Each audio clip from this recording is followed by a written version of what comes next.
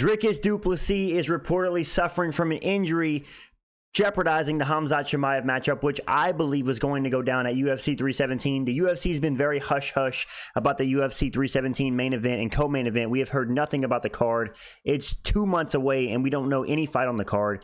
Insane how late the UFC has been coming with these announcements, but they better think of something quick because we're 2 months out and now Dricus is reportedly injured and it seems like he will not be fighting Khamzat Chimaev at UFC 317. And if you guys don't know, UFC 317 this year is International Fight Week. It's supposed to be a massive week for like the fights of the UFC, where they put on huge fights. It's literally called International Fight Week. Of course, the card's supposed to be good and stacked.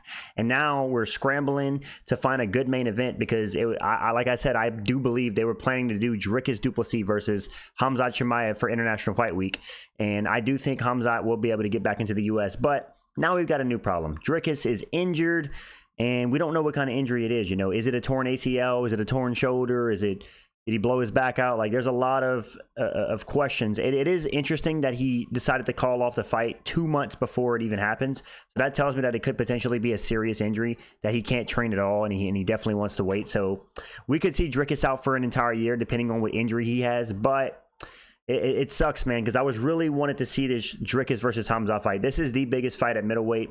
Khamzat, the grappling wizard, who just mauls everybody in the first round, versus Dricus, the plot armor man that seems to always find a way to Looney Tunes his way to a win. So I really wanted to see how this fight played out. It's unfortunate that we won't get it right now, but another guy put his name in the hat and called out Khamzat after seeing that Dricus was injured. Caio Borralho said interim ? I know a guy, UFC, you can call. So Caio Borralho's throwing his name in the hat. There's also Nasruddin Imavov, but he's kind of been hushing out on the whole situation. But I've heard that Caio Borralho and Khamzat trained in the past, and you know, Khamzat got the better of the training sessions, but nonetheless, Caio Borralho, one of the fight nerds, he's undefeated in the UFC. This would be a banger of a matchup, and he's saying interim. I don't know if I agree with interim. You know, Dricus just fought in January. Typically, you have an interim title whenever the champion's out for a long time, like a Dominic Cruz being out for 2-3 years. I don't know if I agree with the interim title 3 months after the champion fought, you know, or 5 months after the champion fought. It would be kind of strange to throw an interim in there. But if the UFC is looking to market this as a bigger fight, obviously you throw the interim title in there, because whenever you have an interim title, it makes the fight more exciting. You call it the championship fight. The fans are more hyped. I don't know if the UFC is willing to do this, but listen, sign me up. Caio Borralho versus Khamzat Chimaev is the next best fight I'd like to see at middleweight. I don't really, maybe I'm a hater, but I don't really care about Imavov right now. Imavov, smug French guy. Pipe down low, bro. Beating Izzy in 2025 ain't all that, okay?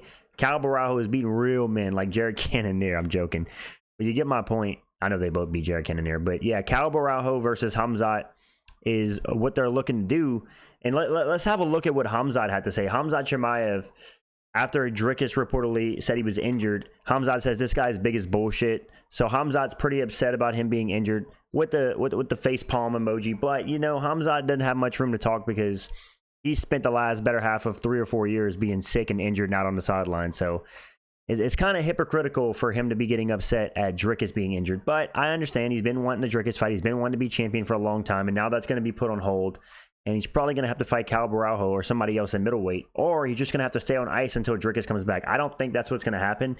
Personally, I do think that Khamzat Chimaev is going to fight Caio Borralho, and let me show you why. Because right after Khamzat posted this guy big as bullshit, Caio Borralho calls out for the interim. Later on, Caio Borralho tweets, Khamzat said yes.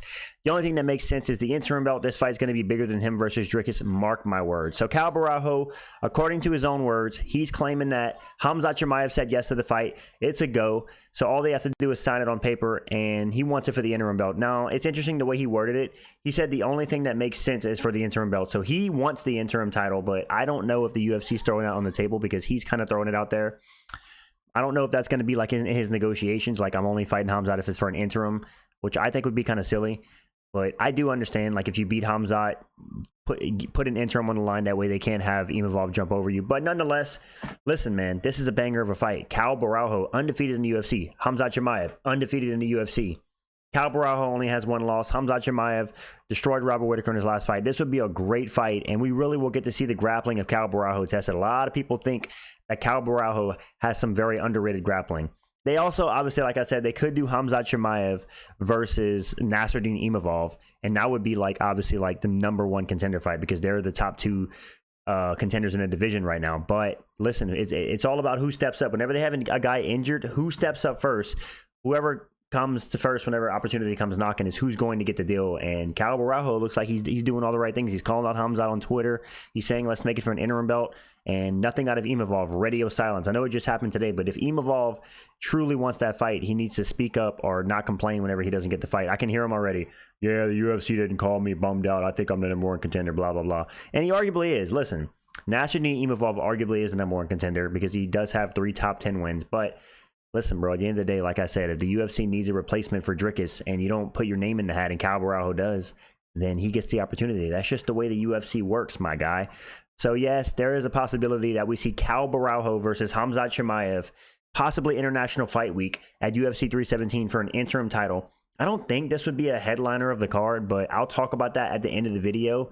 But yeah, man, Dricus is injured. He's out. No more Khamzat versus Dricus. That is going to be on ice, at least for the meantime. And we're potentially looking at Caio Borralho versus Khamzat Chimaev. Let me know what you guys think in the comments about that one. It's still a banger of a matchup. It is not as exciting as Dricus versus Khamzat because that matchup, plot armor versus the most dominant wrestling we've ever seen, it's a different level, you know. But nonetheless, anytime Khamzat fights, I'm going to be tuning in. I want to see him maul his guys in the first round. And listen, on how the matchup goes, I have no idea. I haven't seen enough of Caio Borralho to know if he can like contest with Khamzat in the grappling. Maybe Khamzat strangles him just like he did Whitaker, or Borralho survives and makes it to the latter rounds and just starts beating up and get a late TKO. We don't know, but it's still early. Obviously, nothing's probably not going to be signed yet. But yeah, this happened today. Also, Sean O'Malley is reportedly injured as well, and this is not good.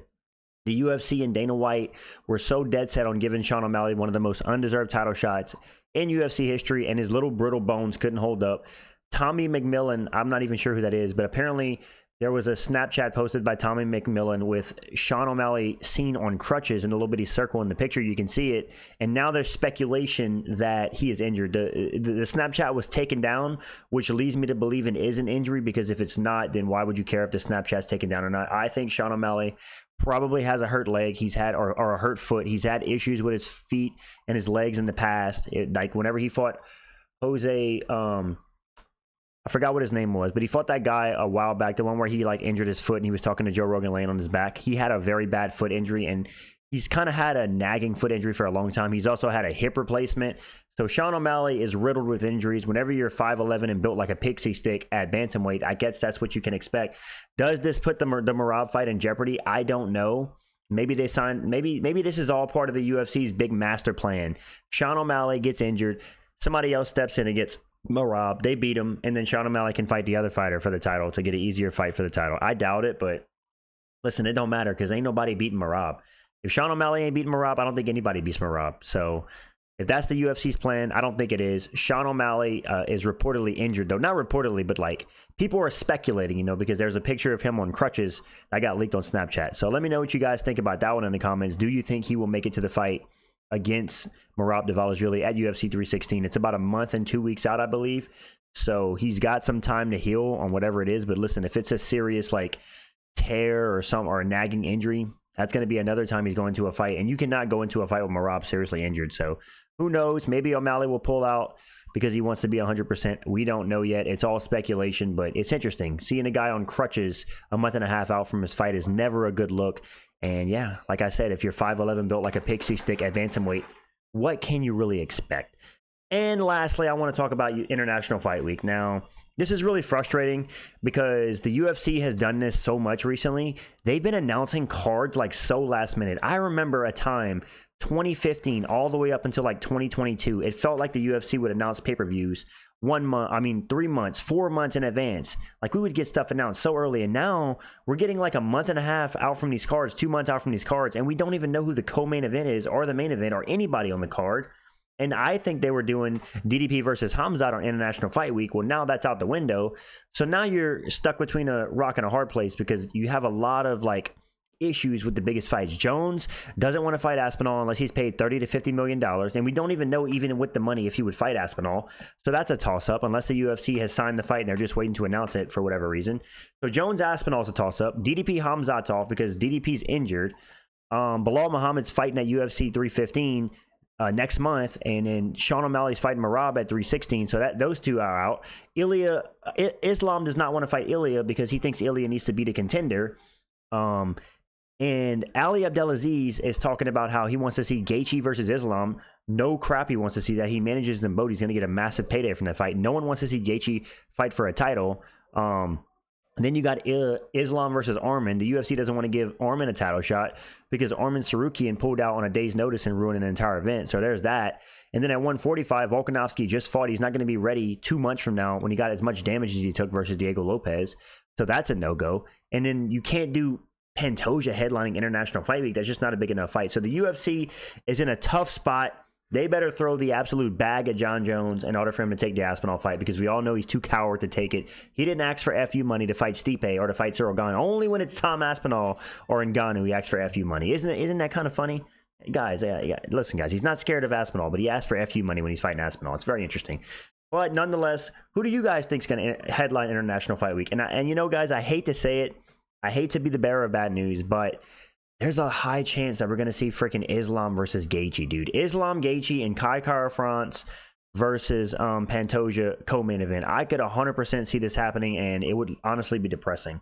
Don't get me wrong. Kai Kara France versus Pantoja is a decent matchup. I do not care about Islam Gaethje. That might be the most uninteresting lightweight title fight in like the last 5 years. Like, I could not care about that matchup any less if I tried.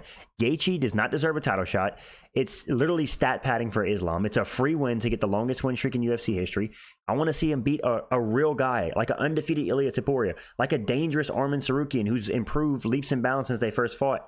Or obviously you can't fight at welterweight yet because that's contested between JDM and Bilal, but I do not want to see Islam versus Gaethje for International Fight Week, but it is a real possibility because Ali Abdelaziz is pushing for that. He manages both fighters. He's been yapping on Twitter about how Islam versus Gaethje, they have a so-and-so finishes between them, so it'd be a great fight.